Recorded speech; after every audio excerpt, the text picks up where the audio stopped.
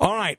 We have a surprise guest on the program here. Actually, it was a guest that was scheduled, and then we thought had to postpone, and then called in. So you're getting a twofer. Not only Chris Christie later this hour, but we're pleased to be joined by former Florida Governor Jeb Bush with us on the Common Sense Club. Governor, how are you? Fantastic. It's a beautiful day in Kissimmee, Florida, the ground zero for the 2012 election, along with a few other places where you live. Yeah. Yeah, exactly right. Well, it's an interesting time. We're all watching very closely, and it looks as though, it feels as though, you've watched a lot of political races in your day, that this presidential race is shifting in a mighty way 28 days before Election Day. Do you sense that in Florida as well? Absolutely. All the polls have shown that the president had a slight lead in last week prior to the debate, and now the polls show Mitt Romney with a slight lead. And it's kind of part of the ebbing and flowing of campaigns. But the debate was a game changer, to use a now cliche. It was a game changer because, unfiltered by the attack ads, Mitt Romney had a chance to actually say what he believed. And he did it in a great way. I mean, it was under a lot of pressure. I thought he gave a spectacular performance as a debater and connected well with people on an emotional level, which has not been his strength. And the president was lackluster at best and couldn't defend the failed record. There's all kinds of polls out there, and I think more polls now than there ever have been. But I was just reviewing before the program the Pew poll today, and there's a 12-point swing here, literally, from where the governor was prior to the debates and where he's at now.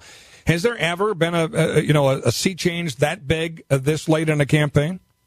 Not based on a debate, but that's kind of, I think maybe the momentum had begun to swing back to what will ultimately likely be a very close race where intensity and turnout will matter. And it was a phenomenal effort by Mitt Romney. And I think when people saw that he's not the kind of person that's been painted by a massive attack, just a massive amount of negative advertising, the people, independent voters, women voters, got a second look, and they saw, wow, this guy cares about me, and he has a plan to restore economic vitality for our country, which is by far and away the number one issue. So, 67 million people watching without the filter. If you have confidence in the American people, it's a good thing, and that's exactly what happened.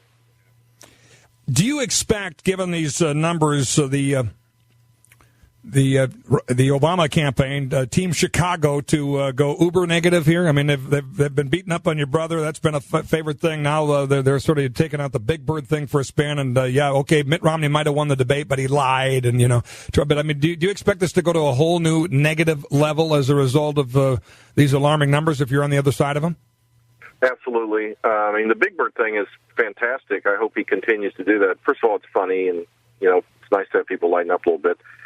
Secondly, why should the federal government subsidize public broadcasting? I mean, it's not like it's part of our national security, or not like it's something of importance. And Big Bird does pretty well independently. So to have that argument is not a bad one. And thirdly, it reminds people of the debates, which if the whole campaign is going to be about that debate, then I think Romney wins going away. But I would expect that the Obama campaign will be incredibly negative. I mean, the idea that you can openly call someone a liar, now that's kind of the common refrain, is an act of desperation.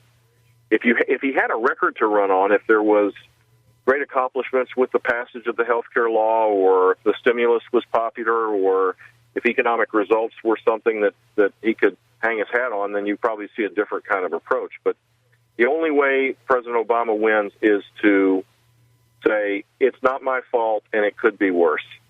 And he will demonize Mitt Romney as best he can to create that kind of narrative.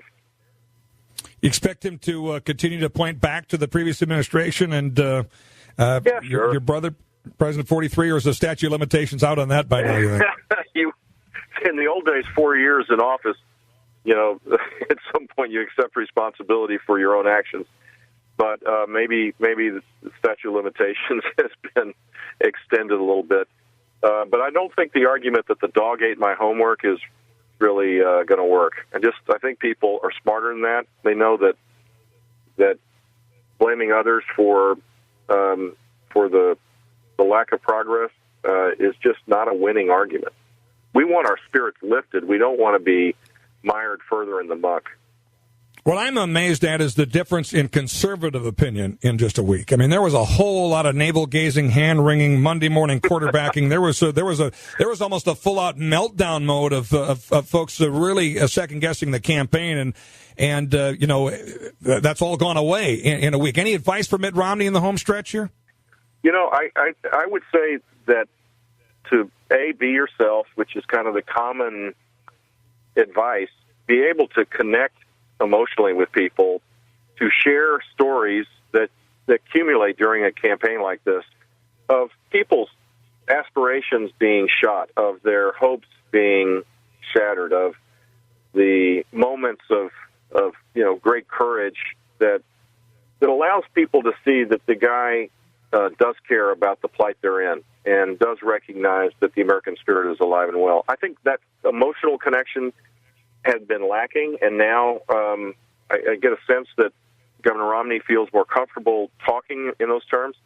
And then the second is to continue to talk in details about the power of entrepreneurial capitalism. The reason why a lot of people were wringing their hands was that they didn't hear much defense of an economic system that's the greatest in the world, that is the only path out of the mess we're in, is high growth with high-wage jobs being created because of it. And Mitt Romney gave a lesson on entrepreneurial capitalism last week at that debate that was awe-inspiring. I mean, he did, yeah, and I agree. It was. I mean, I was on my feet with joy. Finally, we can cheer. Governor, thanks so much. We appreciate you very much. Jeb Bush, I appreciate you very much. Jeb Bush, I appreciate you.